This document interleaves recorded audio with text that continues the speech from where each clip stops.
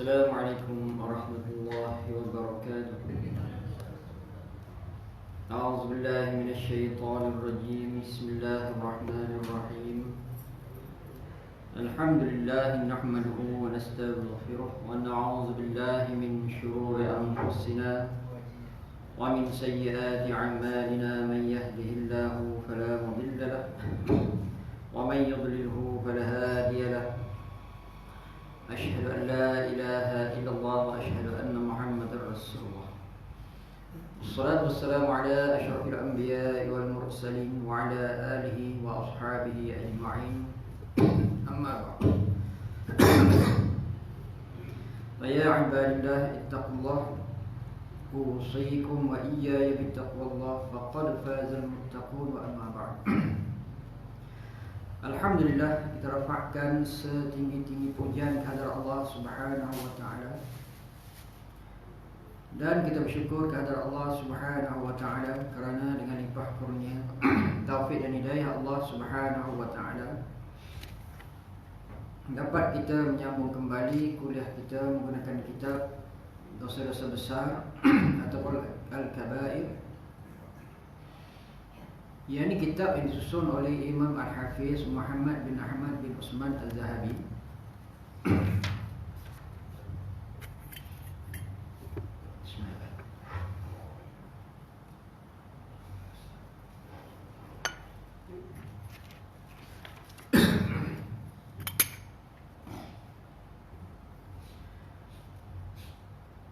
Kita masih dalam tajuk berkenaan dengan liwat ataupun homoseksual. Qala mu'allif rahimahullah wa nafa'ana bi'ulumihi fid darain amin ya rabbal alamin.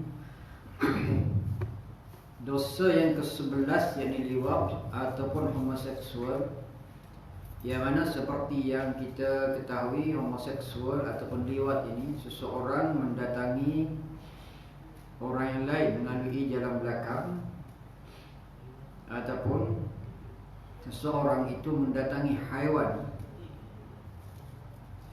Ini adalah merupakan perbuatan liwat dan ianya merupakan dosa besar, satu dosa di sisi Allah Subhanahu wa taala. Yang mana sejarah manusia yang mula-mula melakukan perbuatan keji itu adalah daripada kaum Nabi Lut. Kita sambung pada balasan siapa yang menundukkan diri kepada hawa nafsu.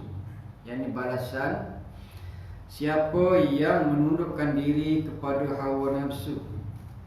Nafsu yang ada dalam diri kita ni sentiasa menyuruh kepada kejahatan. Anna nafsa la'ammaratun bisu'. Dan kerana itulah hendaklah dijaga agar jangan tunduk kepada nafsu. Di mana kadang-kadang seseorang itu tunduk kepada nafsu seolah-olah dia menjadikan nafsu itu sebagai Tuhan. Afara'aita man ittakhadha ilahahu hawa. Apakah kamu tidak melihat orang yang menjadikan hawa nafsunya sebagai Tuhan? Ini apabila seseorang tu melakukan menurut akan kehendak nafsu, yang mana nafsu sentiasa menyuruh kepada kejahatan. Dan apabila dia menurut nafsu itu, maknanya dia tunduk kepada nafsu seolah dia menyembah nafsu. Nafsu ini sentiasa menyuruh kepada kejahatan. Walaupun sebegitu, nafsu ni tidak boleh dibuang, dia ada bersama dengan kita. Dan apabila nafsu itu dibimbing, nafsu ni dia suka kepada dunia. Dan dengan ada nafsu ni kita berhubung dengan dunia. Walaupun sebegitu, apabila kita tunduk nafsu dengan iman, takwa kepada Allah, yang ini nafsu boleh ditundukkan dan dia akan melakukan perkara yang baik, perkara yang tidak dilarang oleh Allah Subhanahu wa taala. Yang mana sifat nafsu dia suka banyak, suka kepada dunia, suka kepada pangkat, suka kepada kemegahan, suka kepada menjaga diri, menjaga maruah. Dan kesemua itu apabila diolah dengan iman, dia akan jadi baik. Tapi kalau tidak diolah dengan iman, dibiarkan nafsu yang merajai diri, yang mana seseorang itu akan terjebak kepada maksiat kepada Allah Subhanahu wa taala.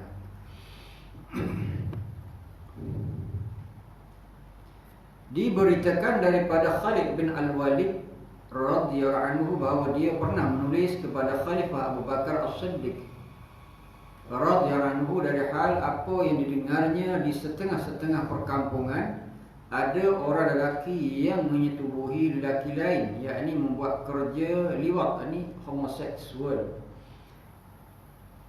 Yang mana diceritakan Khalid Al-Walid. Khalid Al-Walid ini adalah merupakan salah satu daripada panglima perang dalam Islam, di mana pada satu masa dia menulis kepada Khalifah Abu Bakar. Masa itu Khalifah Abu Bakar ataupun Abu Bakar menjadi Khalifah Islam. Bermaksud peristiwa ini berlaku selepas daripada kewafatan Rasulullah SAW. Yang mana Khalid Al-Walid menulis surat umpamanya kepada Khalifah Abu Bakar As-Siddiq radhiyallahu anhu, yang ini menceritakan ada dia dengar di setengah-setengah kampung ada laki-laki yang menyetubuhi lelaki lain, yang ini melakukan kerja liwat. Yang ini dia report kepada raja. Raja masa itu adalah Khalifah Abu Bakar As-Siddiq, Raja Islam, Khalifah Islam pada masa itu. Maka Abu Bakar radhiyallahu anhu segera mengundang para sahabat yang terutama untuk bertanyakan perkara itu kepada mereka. Dan apabila berita itu sampai kepada Abu Bakar As-Siddiq, dia buat mesyuarat, tanya sahabat-sahabat yang berilmu, di antaranya Sayyidina Ali dan ramai lagi sahabat-sahabat yang besar, sahabat-sahabat yang utama, nak bertanyakan apakah hukuman kepada orang yang melakukan perbuatan liwat ini. Lalu Sayyidina Ali bin Abi Talib radhiyallahu anhu memberikan pandangannya, katanya dosa seperti ini setahu aku belum pernah dilakukan oleh sesuatu umat selain daripada kaum Nabi Lut, Nabi Allah Lut. Dan Allah Ta'ala pun telah memberitahukan kita di dalam Al-Quran apa yang patut dibuat terhadap mereka. Aku berpendapat mereka itu harus dibakar. Lalu Abu Bakar radhiyallahu anhu pun menulis kepada Khalid bin Al-Walid supaya menghukum lelaki itu dengan membakarnya. Kemudian Khalid membakar lelaki itu. Hadis yang diriwayatkan oleh Imam Abi Dunya. Yang jelas kepada kita, Khalid Al-Walid ini adalah merupakan utusan khalifah. Dan apabila ada yang di bawah kekuasaan Khalid ini, mereka yang melakukan perbuatan liwat, dia bertanyakan hukum, mengkhabarkan benda itu kepada Abu Bakar. Dan Abu Bakar memanggil sahabat-sahabat besar ini, bertanyakan kepada mereka apakah hukuman yang patut dikenakan kepada orang yang melakukan perbuatan liwat. Yang mana Ali adalah merupakan salah seorang daripada ahli mesyuarat pada masa itu, yakni dia maksudnya dalam majlis fatwa lah, kalau kita bahasakan sekarang. Yang ini dia kata jelas orang yang melakukan perbuatan liwat ini hukumnya dibakar. Dan perkara itu disampaikan oleh Abu Bakar kepada Khalid Al-Walid agar menghukum laki-laki yang melakukan perbuatan liwat itu dengan dibakar. Jelas hukum pada orang yang melakukan perbuatan liwat. Berkata Ali bin Abi Talib radhiyallahu anhu, siapa yang membiarkan dirinya menurut kehendak nafsunya hingga akhirnya ia memberahikan, nanti Allah akan melempar kepadanya syahwat perempuan, yakni diberahikan, dan seterusnya ia akan dijadikan Allah sebagai syaitan terkutuk dalam kuburnya hingga tiba hari kiamat. Ini orang yang menurut hawa nafsunya, yang menurut runtunan nafsunya, di mana orang ini berkemungkinan akan melakukan perbuatan yang terkutuk. Apabila seorang itu menurut kehendak nafsu, kesukaan kepada wanita umpamanya, ataupun kesukaan kepada laki-laki sama laki-laki. Dan apabila diturutkan nafsu itu, dia akan melakukan perbuatan zina ataupun liwat. Dan inilah orang yang akan mendapat azab di hari akhirat. Jadi maknanya kesemua ini berdasarkan ataupun berpaksi kepada nafsu yang ada di dalam diri. Apabila dituruti nafsu itu, di mana nafsu itu kita jelaskan tadi, dia sentiasa menyuruh benda yang tidak baik, benda yang buruk, benda yang jahat. Dan kesudahan daripadanya, seseorang itu akan melakukan perbuatan yang buruk, perbuatan yang keji seperti zina dan juga liwat. Ulama umat Islam juga telah bersepakat mengatakan bahawa siapa yang memaksa membuat pekerjaan terkutuk itu, yakni liwat, kepada hamba sahayanya, maka ia terkira orang liwat, yakni homoseksual, yang perbuatan itu tetap berdosa besar. Begitu juga andai kata seorang itu melakukan perbuatan keji itu kepada hamba dia, mana dia melakukan perbuatan liwat, dan perbuatan liwat itu adalah dosa besar, walaupun hamba itu hak dia, tapi dalam perkara yang haram tetap haram. Di antara yang diriwayatkan dalam perkara ini, apa yang diberitakan pada suatu hari Nabi Isa bin Maryam alaihissalam sedang berjalan dalam perantauannya, lalu dia menjumpai api yang sedang membakar seorang lelaki. Maka segera beliau berusaha untuk memadamkan api itu. Tiba-tiba api itu berubah bentuk, mula-mula keluar menjadi seorang anak lelaki, kemudian api itu berubah lagi keluar menjadi seorang laki-laki yang berapi. Melihat itu Nabi Isa AS merasa hairan, lalu beliau bermohon kepada Allah, Tuhanku, kembalikanlah mereka kepada keadaan semula jadinya, supaya aku dapat menaikkan keduanya itu. Maka Allah Ta'ala pun menghidupkan mereka semula. Lalu nampaklah oleh Nabi Isa AS yang mereka itu asalnya adalah seorang laki-laki dan seorang anak kecil. Bertanya Nabi Isa kepada keduanya. Lalu orang laki-laki itu menjawab, wahai Rasulullah, sesungguhnya aku dahulu di dunia tergoda kerana mencintai anak kecil ini, sehingga aku memberahikannya, dan terus aku melakukan perbuatan keji liwat itu terhadapnya. Setelah aku mati dan anak kecil ini pun mati, tiba-tiba anak kecil ini menjadi api yang datang membakar aku sekali. Kemudian aku menjadi api lalu membakarnya pula. Keadaan ini berlaku pada diri kami silih berganti, dan inilah siksaan yang telah ditentukan ke atas kami berdua hinggalah tiba hari kiamat. Kita berlindung diri kepada Allah Ta'ala daripada siksaan yang berat ini, dan kita memohon pengampunan dan keafiatan serta taufik daripadanya, dan supaya dia mendorong kita untuk membuat apa yang disukai dan diredainya. Amin. Ini cerita bagaimana dikisahkan berkenaan dengan Nabi Isa AS pada zaman dia lah. Jadi wallahu alam sumbernya macam mana, wallahu alam, ini cerita lah. Jadi tidak perlu kita nak uraikan yang tu, nak ceritakan kepada kita bagaimana boleh berlaku apabila Allah Subhanahu Wa Taala menghendaki sesuatu itu berlaku untuk jadi ibrah, sebagai petunjuk pada kita. Lebih-lebih lagi perkara itu berlaku pada zaman-zaman yang dahulu, dan pada masa itu masih ada Rasulullah, yakni Nabi Isa AS. Ini cerita bagaimana dua orang ni dia melakukan perbuatan keji itu, di antara laki-laki dan anak kecil, di mana dia tergoda dengan perbuatan liwat, sehingga dua-dua tu membakar, menjadi api membakar satu pihak, dan satu pihak menjadi api membakar satu pihak. Cerita ni wallahu alam sumbernya, wallahu alam. Cuma yang kita boleh ambil ibrah di sini, Allah Ta'ala tidak sukalah perbuatan liwat tu adalah merupakan perbuatan yang amat keji. Kita masuk pada fasal yang lain pula. Mendatangi dubur wanita pun sama dengan liwat. Yang liwat ini mendatangi dubur, belah belakang, sama ada mendatangi laki-laki, mendatangi haiwan, ataupun mendatangi wanita, kesemua itu dipanggil liwat. Dikira liwat homoseksual dan dijatuhkan hukuman liwat apabila lelaki juga mendatangi dubur wanita, yang mana perbuatan ini juga antara yang diharamkan Allah Ta'ala dan Rasulnya. Seorang yang mendatangi perempuan melalui jalan dubur atau belakang, di mana dia sebagai liwat juga, yang mana kesemua itu adalah haram di sisi Allah Subhanahu Wa Ta'ala. Di mana sebagaimana firman Allah Subhanahu Wa Ta'ala dalam surah Al-Baqarah ayat 223, nisa'ukum hadathul lakum fa'tu hadatsakum anna syi'tum. Yang bermaksud isteri kamu adalah sebagai ladang kamu, yakni sawah ladang bagi kamu, maka datangilah ladang kamu dengan cara yang kamu kehendaki. Allah Subhanahu Wa Ta'ala membuat perumpamaan isteri itu adalah umpama ladang untuk kita berladang, dan datanglah mana-mana bahagian ataupun mana-mana pihak yang kita suka. Tengok mana bagaimana pihaknya.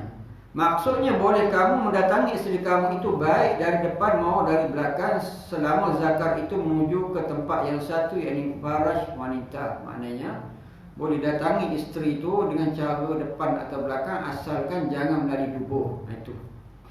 Jadi dubur itu adalah haram. Adapun sebab turunnya ayat ini iaitu bahawa bangsa Yahudi pada zaman Nabi SAW mengatakan jika seorang suami mendatangi isterinya dari arah belakang walaupun masih kena pada tempatnya yakni faraj, maka anaknya akan lahir cacat atau bermata juling.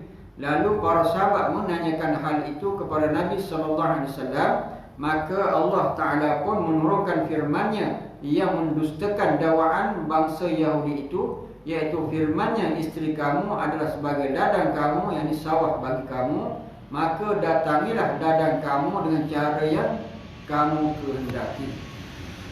Ini adalah merupakan penjelasan kepada kesalahpahaman dakwaan Yahudi.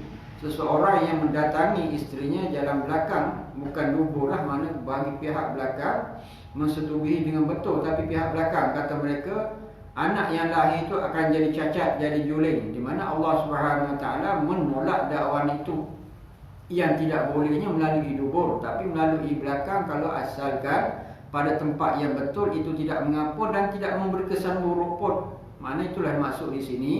Isteri kamu adalah sebagai ladang kamu, yakni sawah kamu, maka datangilah ladang kamu dengan cara yang kamu kendaki. Yakni dikendaki di sini, yakni bukan melalui dubur tapi faraj, tapi melalui belakang depan itu tidak jadi masalah, tidak memberi apa-apa kesan kepada anak lahir. Yang memberi kesan kepada sesuatu adalah Allah Subhanahu Wa Taala.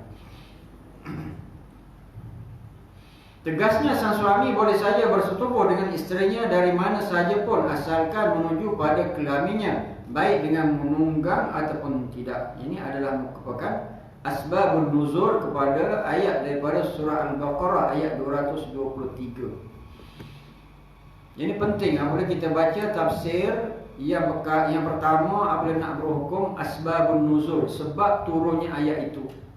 Kadang-kadang kita faham lain tapi asbabun nuzulnya lain. Apabila kita berhukum nanti tidak tepat. Di mana ayat ini menceritakan bagaimana dakwaan orang Yahudi yang salah itu.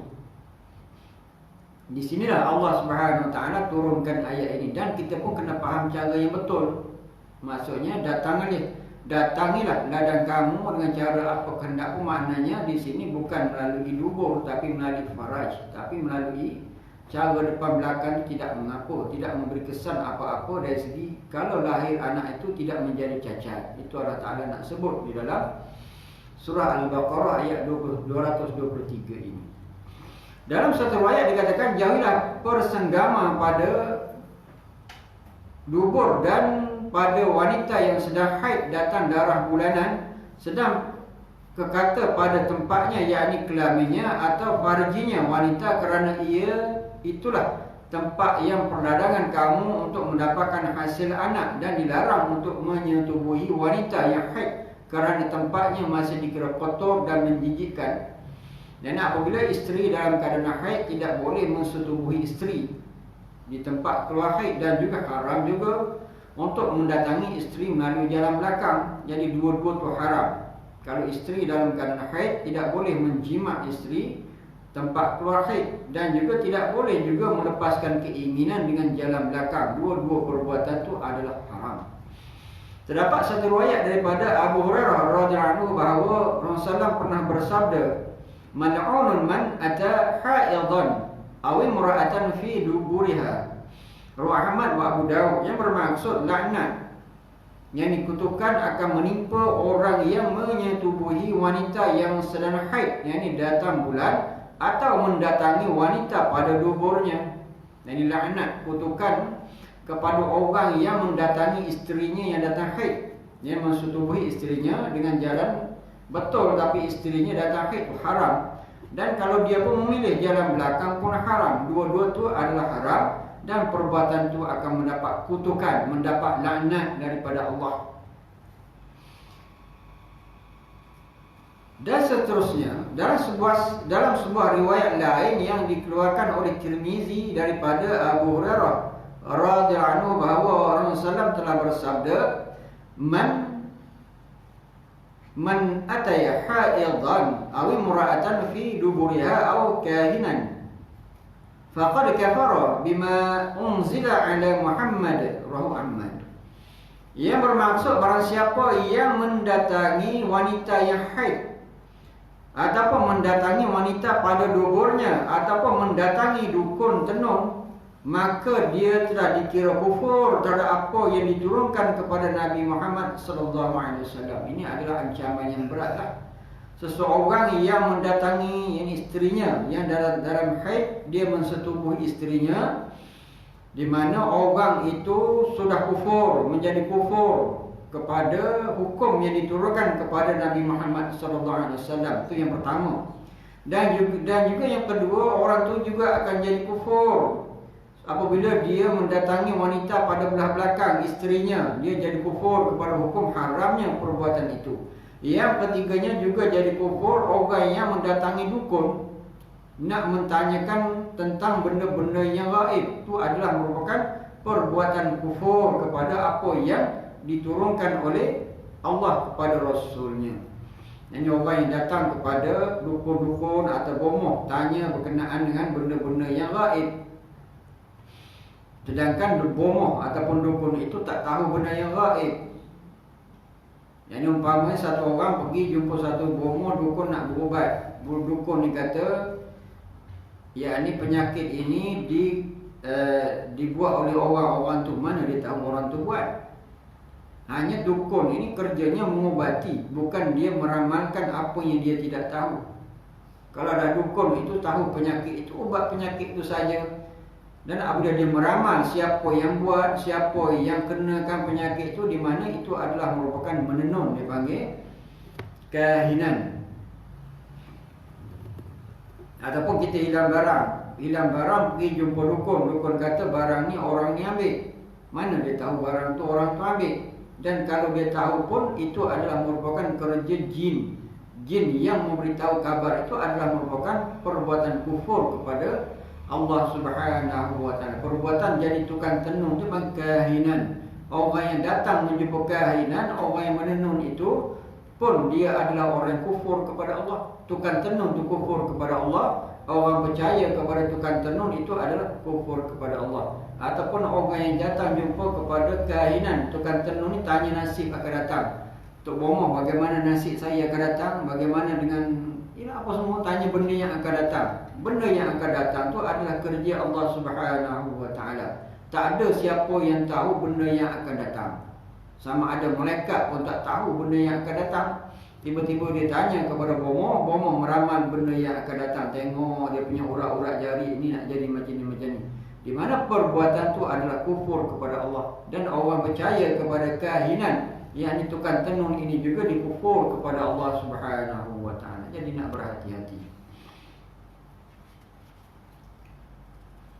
Di mana secara umumnya Allah Subhanahu wa ta'ala menyebut qul lan yusibana illa ma kataballahu lana huwa maulana wa 'ala Allahi falyatawakkalul mu'minin. Qul, katakanlah, lan yusibana, tidak sekali-kali akan menimpa musibah kepada kami, illa ma kataballahu lana, melainkan apa yang sudah Allah Ta'ala khitabkan, tetapkan daripada azali. Dan kepada Allah bagi orang beriman tu berserah diri. Apa yang berlaku tu semua daripada apa yang Allah Ta'ala tetapkan daripada azali. Tak ada siapa pun yang boleh tahu benda yang akan datang. Dan anda kata benda tu bertepatan pun sekali, itu sebagai tenunan, sebagai ujian kepada manusia. Sebab benda yang gaib, benda yang akan datang tu benda yang gaib. Benda yang lepas pun benda yang gaib. Kita tak tahu. Contohnya sejarah-sejarah itu benda yang gaib.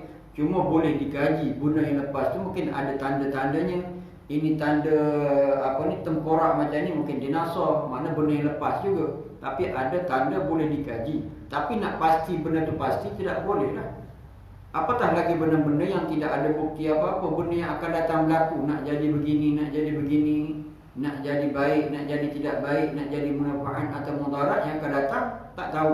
Siapa yang mengatakan dia tahu benda yang apa yang berlaku akan datang, dia sudah kufur kepada Allah Subhanahu wa ta'ala. Yang kita boleh lakukan apa? Kita berdoa kepada Allah. Banyak doa-doa yang diajar oleh Rasul SAW untuk kita beramal, untuk menolak musibah, menarik akan kemunafaatan dengan cara minta kepada Allah. Contoh bagaimana kalau kita nak keluar rumah kan diajar Bismillahirrahmanirrahim la yadurru ma'asmi syai'un fil ard wa la bis sama' was-sami'un 'alim. Jadi benda-benda macam itu boleh kita amalkan. Itu adalah merupakan satu permohonan kepada Allah. Dan di antaranya kita boleh baca juga Allahu min waraihim muhit bal huwa Qur'anun majidun fi lawhin mahfuz. Apabila kita nak keluar rumah kita baca yang itu permohonan kepada Allah. Itu bentuk-bentuk doa. Jadi permohonan kepada Allah melalui keberkatan doa, melalui keberkatan Al-Quran itu benda yang tepat. Sebab yang memberi manfaat dan mudaratnya hanya Allah Subhanahu wa taala. Di mana sehingga Allah Subhanahu wa taala mengajar kepada rasulnya di mana dalam Al-Quran menyebut qul la amliku naf'an wa la darran illa ma syaa Allah. Yani diajar kepada Rasulullah, katakanlah qul la amliku, tidak aku menarik sesuatu manfaat dan mudarat melainkan dengan izin Allah. Nabi Rasulullah itu adalah merupakan kekasih Allah. Walaupun sebegitu Allah Taala ajar Nabi Rasulullah itu dia tidak menarik satu manfaat dan tidak menolak satu mudarat melainkan dengan izin Allah. Jadi kesemua itu dengan izin Allah. Tiba-tiba kalau kita tahu benda yang akan datang seolah kita ni dia mengetahui makna seolah kita ambil tempat Allah. Allah Subhanahu wa taala hanya yang tahu yang gaib. Hatta nabinya yang kekasih Allah Subhanahu wa taala sendiri pun tak tahu benda yang akan datang melainkan dikhabarkan oleh Allah. Apa yang dikhabarkan oleh Nabi kepada kita tu adalah khabar daripada Allah. Sebab Nabi sallallahu ni wa ma yantiqu 'anil hawa in huwa illa wahyun yuha. Nabi tu dia tidak berkata dengan hawa nafsunya melainkan yang diwahyu oleh Allah. Itu dia punya kedudukan Nabi kepada kita. Nabi tahu tentang ada syurga neraka sebab Allah Ta'ala yang wahyukan. Nabi SAW tahu adanya azab dalam neraka, Allah Ta'ala yang khabarkan. Kesemua tu benda yang akan datang. Masa ni hidup Nabi cerita benda yang akan datang. Ada tanda-tanda kiamat, ada fitnah kiamat akan begini-begini. Apakah Nabi tu nampak? Tak nampak. Melainkan Allah Subhanahu Wa Ta'ala buka hijab bagi nampak. Sebab Allah Ta'ala sebut di dalam Al-Quran wa ma yantiqu 'anil hawa in huwa illa wahyu yuha. Yang Muhammad tu dia tidak berkata, tidak berbuat melainkan dengan mengikut hawa nafsunya, melainkan wahyu yang diwahyukan oleh Allah Subhanahu wa taala. Nabi tu tahu akan datang sebab Allah Ta'ala izinkan dengan sebab wahyu itu. Jadi kita nak jaga-jaga. Jangan percaya kepada bomoh-bomoh ni. Boleh berbomoh kalau dia baca Al-Quran, dia baca doa, dia tidak meramal apa yang akan datang, dia tidak meramalkan orang ni buat begini-begini, boleh. Kita pergi jumpa dia baca doa, dia baca ayat Al-Quran, okey. Tapi kalau dia meramal benda akan datang, menuduh orang tu, menuduh orang ni, itu adalah perbuatan syirik kepada Allah dan dosa lah. Kadang bomoh-bomoh ni ada tekaan-tekaan dia yang tepat. Yang kerana itulah satu dua tekaan yang tepat tu kita percaya. Kita jumpa satu bomoh umpamanya kita hilang duit pergi jumpa. Dia kata rumah abang ni ada pokok pelang kat rumah, depan rumah. Lepas tu sebelah tu pokok kelapa, dia teka yang pertama tu dah kena. Oh kata tahu pandai dia. Yang kedua, ketiga, empat dia bohong semua. Yang penting yang pertama kita dah percayalah. Kita pergi tu dia tanya macam tu. Kadang dia teka kita. Dia mana dia umpama buat satu tekaan rumah abang tu ada pokok kelapa je, tiga pokok. Kita tahu pandai dia. Lepas tu ada pelang sebelah rumah tu. Pandai juga. Dia kata bukan orang jauh ambil duit ni, dia selalu datang rumah tapi sekarang tak datang dah. Patutlah. Rupanya jiran kita dia datang rumah kita biasa. Lepas tu tak datang, dia pergi tengok anak dia sakit. Lepas tu kita tuduh dia. Itulah benda yang akan diteka. Kadang-kadang dalam kita datang tu dia hantar jin belaan dia ke, dia pergi tengok, jin pergi survey tengok, dia datang cakap. Boleh berlaku juga sebab orang yang mendukung ni kadang-kadang dia minta bantuan jin. Boleh berlaku dan kita ni percaya sehingga kita bawa syirik kepada Allah. Itu yang pertama. Yang kedua, kita bergaduh, bermusuh dengan orang lain. Dia teka aja. Dia kata tak jauh orang ni biasa dia datang rumah, biasa selalu dia datang. Dia bertandang, dia berziarah ni tak lama dah datang orang ni. Oh patutlah. Jadi kita bermusuh dengan orang yang bukan musuh kita. Padahal dia pergi tengok anaknya bersalin. Jadi kita ni dah bermusuh. Boleh berlaku. Jangan. Yang siapa yang menyetubuhi isterinya yang sedang haid atau menyetubuhi pada duburnya, maka dia terkutuk atau dikutuk oleh Allah. Dan dia termasuk kumpulan orang yang ditujukan ancaman yang berat ini. Demikian pula jika dia mendatangi seorang tukang tenung yang nujum yang membuat ramalan palsu, yang mendakwakan dirinya mengetahui barang yang dicuri dan kerap berbicara hal-hal yang gaib, lalu dia bertanya tentang sesuatu seperti yang disebutkan itu, lalu dia mempercayai apa yang dikatakan oleh tukang tenung itu, seperti yang saya contohkan tadi.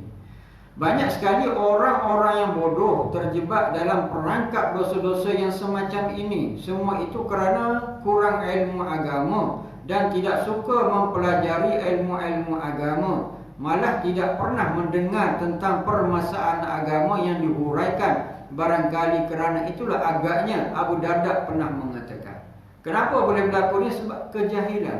Tidak mahu belajar agama, tidak pernah ingin tahu tentang agama, tak pernah bertanya, tak pernah masuk dalam kelas, tak mengaji pun. Kalau dia mengaji sikit-sikit pun YouTube. YouTube tu bukan perkara, bukan jalan utama untuk kita belajar. Kita belajar dulu secara bertalaki, berkitab. Ni kita tahu silibus, lepas tu bolehlah kita tengok YouTube. Kalau kita terus pada YouTube, kadang-kadang potong-potong-potong, dan kita faham lain.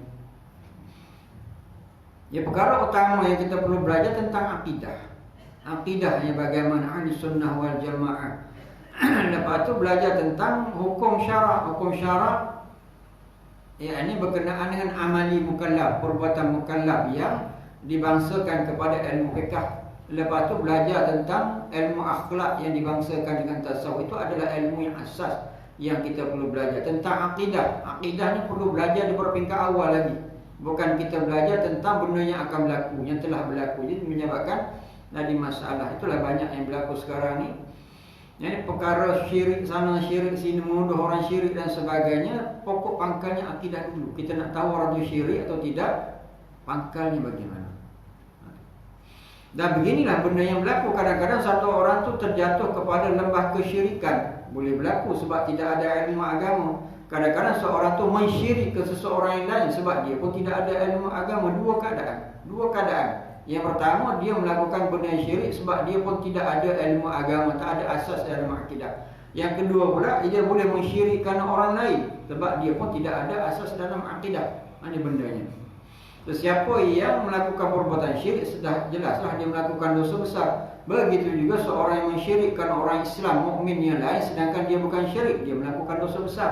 Dan dosa syirik itu akan jatuh kepada dia. Ini boleh berlaku dalam keadaan sekarang. Syirik sana, syirik sini. Orang mengkafirkan orang lain itu banyak sangat, ramai sangat. Jadi benda itu akan balik kepada orang mengkafirkan orang lain. Kalau orang yang dikafirkan tidak kafir. Dan kalau satu orang mensyirikkan orang lain, orang itu tidak syirik, dia mensyirikkan, di mana syirik akan balik kepada dia. Satu orang membid'ahkan orang lain, sedangkan dia tidak buat benda bid'ah, dia buat sunnah, di mana bid'ah itu akan balik kepada orang yang menuduh. Ini benda yang kalau kita tidak belajar. Kalau kita ambil belajar sekerat-sekerat, ini jadi masalah. Kita tengok bagaimana. Inilah agaknya yang dipesan oleh Abu Darda. Ini pernah mengatakan, kun aliman aw muta'alliman aw mustami'an aw muhibban wa la takunil khamisa fatahlik.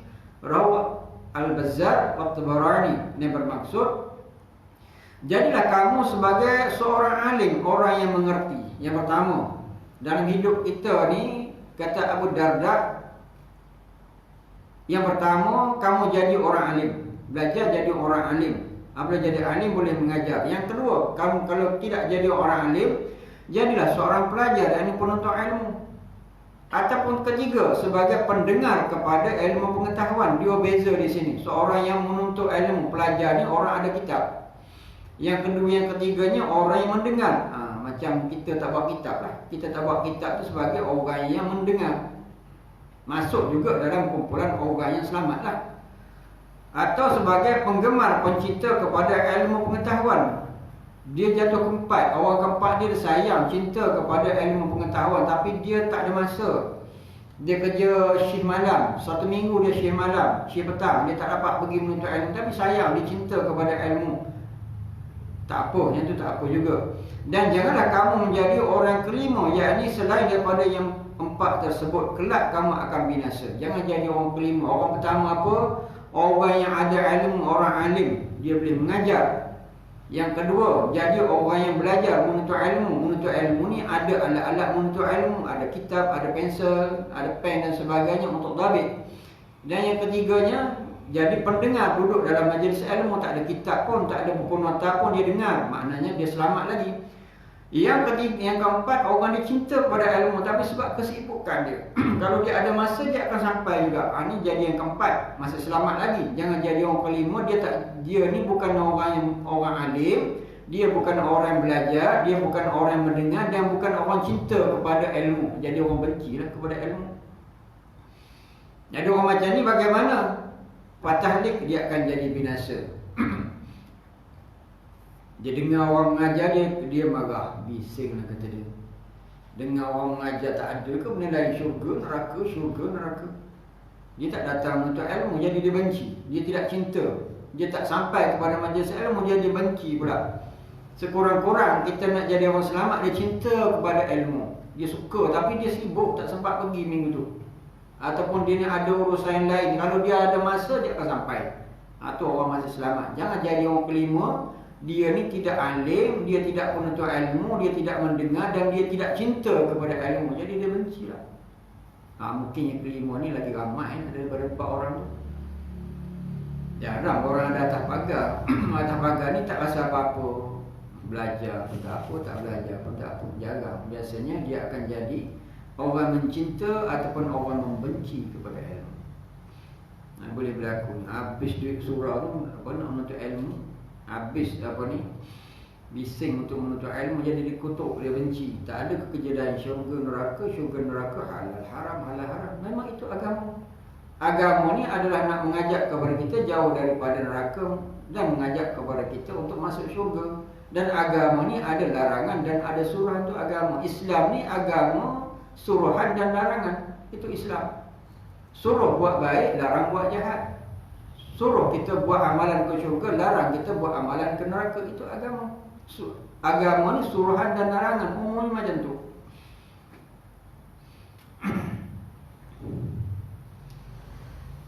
Jadi orang kelima itu orang tidak berilmu kerana tidak mahu menuntut ilmu, dan tidak pula menjadi seorang pelajar supaya boleh mendapat ilmu, tidak suka pula mendengar majlis-majlis ilmu, dan tidak mencintai sama sekali kepada ilmu itu. Nanti rugilah dia kerana menjadi seorang yang bodoh. Jadi orang yang kelima ni dia adalah merupakan kumpulan orang bodoh. Dia benci, dia tidak cinta kepada majlis ilmu. Dan apabila datang satu berita, dia akan terus ambil. Kalau dia suka kepada satu benda, dia ambil terus. Seperti span yang kering itu, kena air terus meresap. Dia tidak ada satu batas pun, dia tidak ada satu penapis pun, tidak ada satu filter. Orang yang tidak ada ilmu tak ada filter. Dia tidak masuk dalam kelas yang formal. Dia dengar satu benda, dia setuju, dia ambil terus. Jadi dia akan terjebak kepada satu kebinasaan. Ini boleh berlaku. Zaman sekarang, zaman itulah, zaman fitnah yang banyak.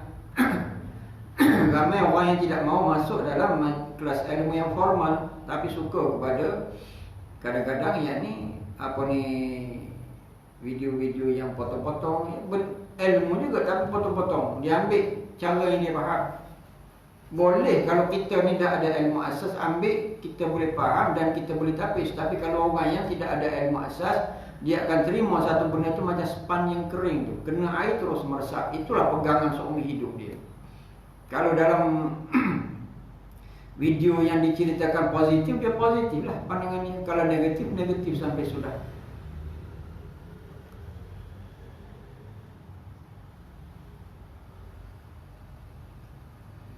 Lantaran itu wajarlah setiap hamba selalu bertaubat kepada Allah Ta'ala dari segala rupa dosa dan kesalahan, dan sentiasa memohon kepada Allah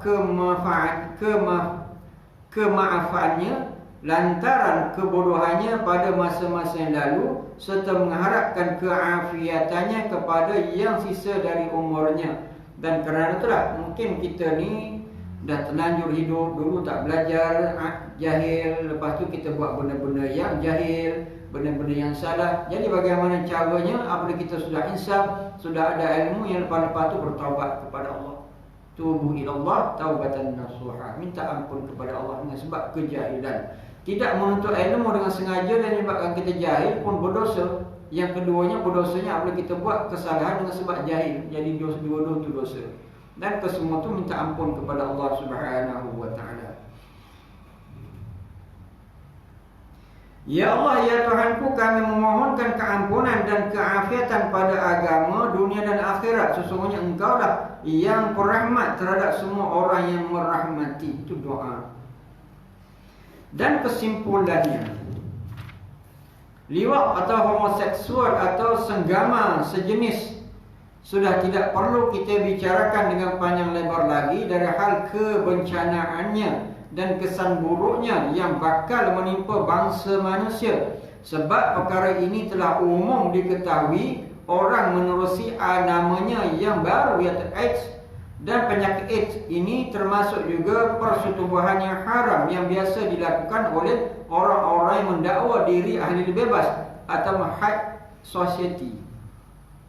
Perkumpulan yang tinggi yang bebas bergaul di antara teman-teman, di mana setiap orang memiliki dirinya sendiri, berarti bebas berbuat apa saja, baik lelaki maupun wanita, baik suami maupun isteri sendiri. Malah suami pun tidak boleh cemburu, jealous kalau isterinya diapa-apakan lelaki lain. Sama seperti suami juga bebas boleh mengapa-apakan isteri atau wanita yang lain. Kemajuan ini dianggap suatu kemajuan tidak boleh diganggu-gugat. Kendati pun akan timbul dari perhubungan ini suatu maksiat yang berat, asalkan masing-masing setuju dan rela dengan perbuatan itu. Yang ini berkenaan liwat dan homoseksual ni, kata pengarang tak perlu nak dipanjangkan lagi, semua dah faham. Ini adalah merupakan satu bencana di mana kesan daripada perbuatan keji ini banyak penyakit AIDS lah, HIV dan sebagainya. Benda tu tidak ada ubat. Kalau kena memang terus yakni jadi binasa lah. Ada satu orang ni cerita, tuan-tuan tak kenal, saya semayang Zuhur satu tempat. Jadi nak cerita benda keji ni lah. Jadi saya dah selepas semayang, dia pun tak ada tangan nak minta derma, minta sedekah lah. Dia semayang, lepas semayang minta sedekah. Saya pun dah minta sedekah bagilah. Lepas tu saya tanya, abang daripada mana? Nampak orangnya segak. Dia kata dia daripada negeri sekian-sekian. Lepas tu abang tak kerja ke? Dia kata saya ni dibuang keluarga. Buang keluarga? Macam mana buang keluarga, dah tua-tua? Tua tidaklah tua sangat, mana dalam bayar 50 lebih gitulah. Dia kata dia dulu kerjanya nelayan, cerita dia kerja nelayan. Lepas tu dia ni, masa dia kerja nelayan, pergi ke laut, kat sempadan, pergi ke Thailand, buat kerja-kerja keji ni lah. Apabila buat kerja-kerja keji ni, dia kena HIV, kena AIDS. Lepas tu apabila berlaku begitu, isteri dan keluarga tahu dia kena AIDS, kena buang, kena halau dia daripada kampung. Tu dia merantau jauh. Tu cerita dia, mana dia cerita tentang diri dia. Saya pun, alah, benar dan tidak tu hak dia lah. Cuma dia cerita tentang tu, kata tak. Saya pun tak kata apa-apa lah, tak apa-apa, kata bertaubatlah kepada Allah. Masih kita hidup, bertaubatlah kepada Allah. Itu nak ceritanya, maknanya benda ni, benda yang keji ini, Allah Subhanahu Wa Taala datangkan dia punya kesannya kadang dengan penyakit. Penyakit inilah, orang yang melakukan perbuatan keji ini, dia dapat penyakitnya. Contohnya HIV, AIDS dan sebagainya, benda yang tidak ada ubatnya. Kalau seorang buat benda keji ini, kena dia. Ini memang jelas, tidak dinafikan. Walaupun sebegitu, walaupun Allah Subhanahu Wa Taala datangkan penyakit, datangkan petunjuk, di mana kadang-kadang manusia tak pernah insaf. Bukan setakat tidak insaf, tapi melawan Allah. Sehingga ada kumpulan-kumpulan yang gelarkan diri mereka tu kumpulan liberal, yang berpahaman liberalisme. Liberal itu kumpulan yang bebas, pahamannya pahaman liberalisme. Yakni bagaimana mereka ni nak bebaskan diri mereka daripada ikatan agama, tidak mahu terikat dengan agama. dan mereka nak diiktiraf buat apa sahaja yang mereka suka selagi tidak bertentang dengan hukum negara. Mereka nak buat. Kalau mereka nak hidup sama laki-laki, kahwin sama laki-laki ke, itu jangan dilarang sebab tu hak mereka. Janji tidak kacau negara, tidak kacau kestabilan negara. Ini panggil liberal. Inilah benda yang berlaku dalam keadaan kita sekarang lah. Di samping Allah SWT datangkan musibah, datangkan bala, datangkan penyakit yang keji ini, di mana manusia setengahnya lebih-lebih melawan Allah SWT. Kemudian kalau sudah sekali seronok melakukan, tentu akan berulang kali dilakukan lagi dengan si anu, kemudian si anu pula. Yang mana dengan kelakuan-kelakuan seperti inilah biasanya timbul penyakit AIDS itu yang akibatnya sungguh memalukan. Itulah makna kena penyakit AIDS ni tak ada ubatnya lah. Dan lepas itu memang dah malu, kena buang keluarga sebab keluarga pun malu. Orang tu kena AIDS dia sebab perkara-perkara yang keji itu malu. Dan dia pun akan keluar dari perkampungan sebab malu dan penyakit itu sampai bawa mati. Dia hilang ketahanan diri dan sebagainya. Jadi benda itu akan jadi benda yang menyusahkan. Benda itu akan memalukan, menyebabkan maruah diri hilang, maruah keluarga hilang. Penyakit AIDS ini sebenarnya bukanlah baru. Selain namanya sahaja yang baru dikenal orang, malah ia sudah ada dari sejak lama dahulu.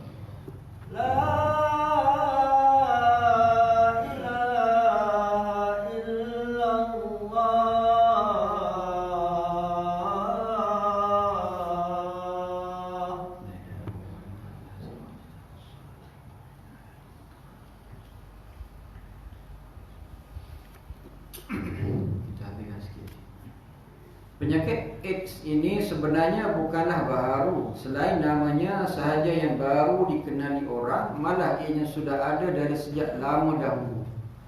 Orang Melayu pernah menamakan penyakit ini dengan penyakit perempuan atau penyakit bunga. Dan biasanya pada masa dahulu, kebanyakan orang yang ditimpa penyakit ini suka merahsiakannya kerana tidak tertahan menanggung malu.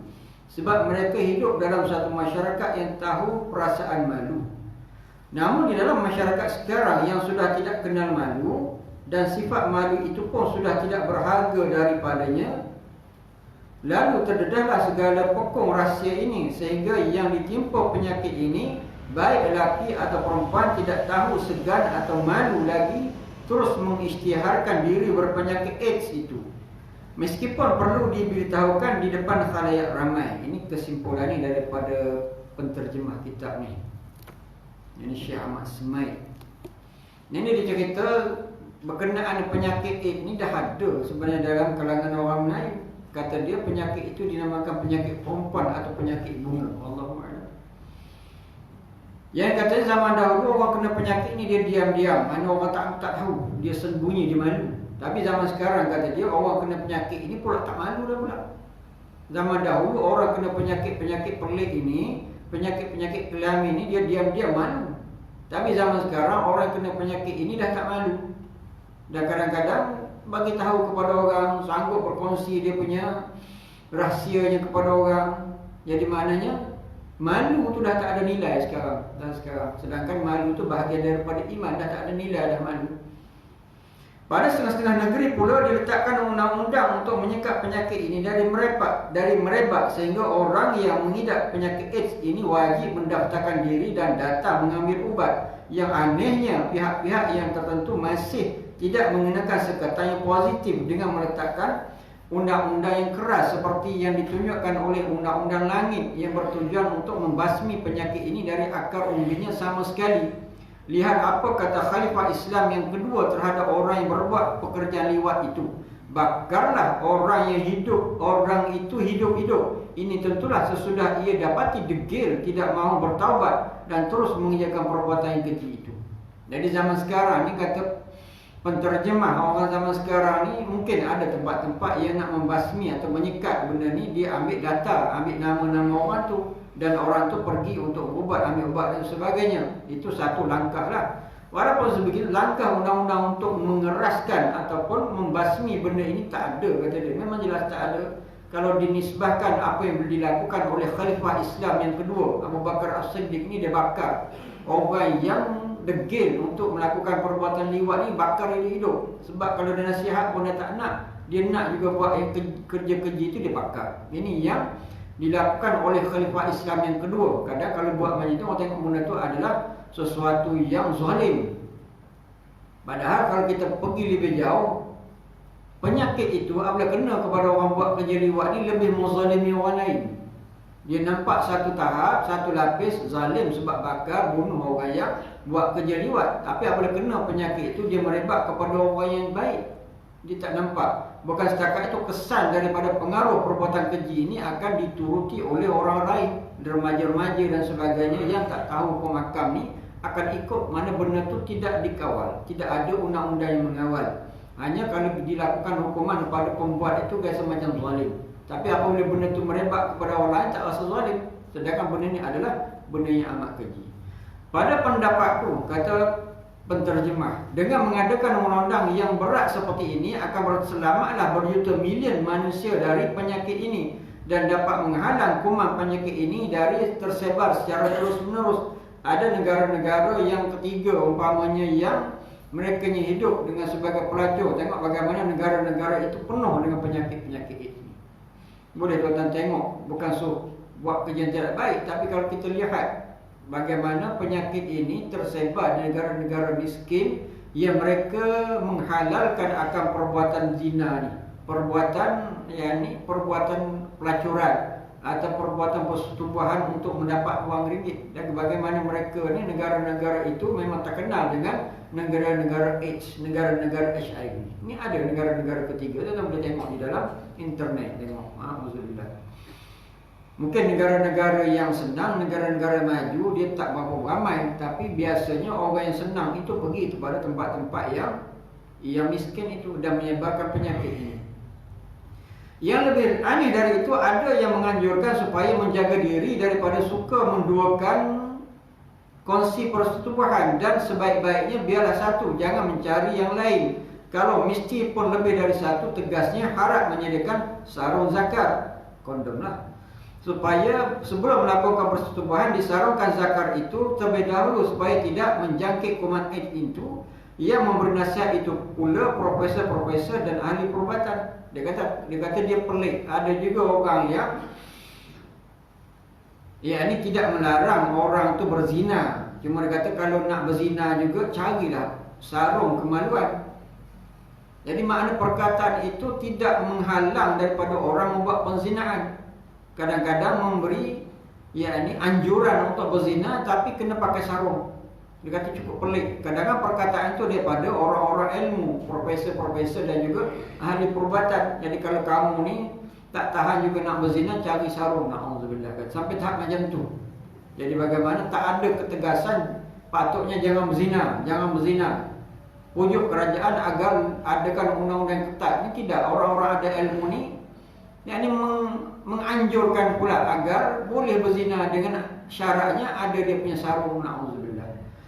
Ajaib sekali kalau nasihat itu disampaikan antara sesama ahli perubatan yang nafsunya agak kendor sedikit dari sebab selalu melihat pesakit dan tempat-tempat rahsianya. Mungkin barangkali berkesan juga, tapi jika pesanan itu diberikan kepada manusia-manusia liar, khususnya anak-anak muda yang suka menjarahi tempat-tempat pelacuran, rumah-rumah sulit atau disko-disko yang mana terdapat padanya gadis-gadis atau wanita-wanita yang kehausan nafsu batin, yang segala-galanya sangat mengiurkan kucing yang lapar, di mana sempat hendak cari sarung, atau ada waktu lagikah hendak pakai sarung, bila kelamin sudah sama-sama gatal, pakai nampak mata jadi butalah. Jadi nak marah sungguh. Inilah berlaku. Kalau yang saranan itu disarankan pada doktor yang tengok orang yang kena penyakit-penyakit itu, mudah-mudahan doktor boleh insaf. Ini tiba-tiba saranan itu disuruh kepada orang-orang yang suka buat kerja itu. Sudah tentulah tak terpakai saranan itu, dan itu pun tidak dianjurkan oleh agama pun. Kan ada perkataan itu. Perkataan ini bukan setakat profesor. Ada, tuan pernah dengar kan, ada orang yang kan, yang ni, kita ni ada kena AIDS dan sebagainya, pakailah sarung. Bukan nak halang, patutnya halang. Jangan sebab itu zina, tidak. Ya, bagi satu pilihan yang lain. Ini pakai sarung. Ini perkataan-perkataan yang biasa kita dengar ni. Sebab kalau nak kata jauhkan daripada zina, kok orang yang suka berzina tu tak sokong dan sebagainya boleh jadi berlaku. Sebab nak cari pengaruh ni kadang-kadang macam-macam benda macam tu, menghalalkan benda yang haram asalkan ada pengaruh. Na'udzubillah. Jelasnya semua ini tidak praktikal, wahai tuan profesor. Yang praktikal ialah kembali kepada hukum Allah Ta'ala, the law of God. Kerana Tuhan lebih tahu dari hal tabiat manusia yang diciptakannya. Sebab itulah Tuhan meletakkan hukuman yang berat ke atas hukuman zina, baik pun liwat ataupun lesbian, kerana semua ini adalah penyakit masyarakat yang bahayanya boleh menjangkiti orang-orang yang tidak bersalah, yang tidak patut dia menanggung padanya dari sebab perbuatan suami atau isteri yang tidak bertanggungjawab, dan akibat beratnya juga ditanggung oleh anak yang tidak berdosa kerana perlakuan kedua orang tuanya itu. Maknanya kata penterjemah, sepatutnya kembali kepada hukum Allah. Allah Ta'ala jadikan manusia dan Allah Ta'ala turunkan hukum itu untuk menghukumi orang-orang yang degil ini, agar perbuatan itu tidak menjangkiti orang lain, dan penyakit itu tidak menjangkiti orang lain. Yang menjangkiti orang yang tidak berdosa. Apabila suami ini kena penyakit AIDS dengan sebab dia punya kekejiannya, dengan sebab apa, dia punya kedegilannya, dengan sebab apa, dia ni orang yang suka buat benda jahat, liwat dan mengambil pelacur dan sebagainya. Apabila dia kena AIDS, dia akan menjangkiti isteri yang tidak berdosa. Dan kadang-kadang anak yang lahir daripada isterinya kena AIDS juga. Jadi sebab apa? Dengan sebab suami itu. Dan begitu dia sebaliknya, kalau isterinya suka buat kerja yang tidak baik, di mana dia akan menjangkiti orang baik. Sepatutnya kembali kepada hukum Allah. Hukum Allah kata zina ni macam mana hukumnya, liwat ni macam mana hukumnya, lesbian ni macam mana hukum. Balik kepada hukum Allah. Tidak menganjurkan pada orang nak buat benda maksiat. Dan hukum Tuhan meskipun berat sekali terhadap pelaku-pelaku dosa itu, namun ia bukanlah bertujuan untuk menganiaya manusia. manusia, tetapi ia lebih jelas untuk menyelamatkan bangsa manusia daripada kecelakaan dan kebinasaan disebabkan perlakuan segelintir manusia yang tidak bertanggungjawab itu.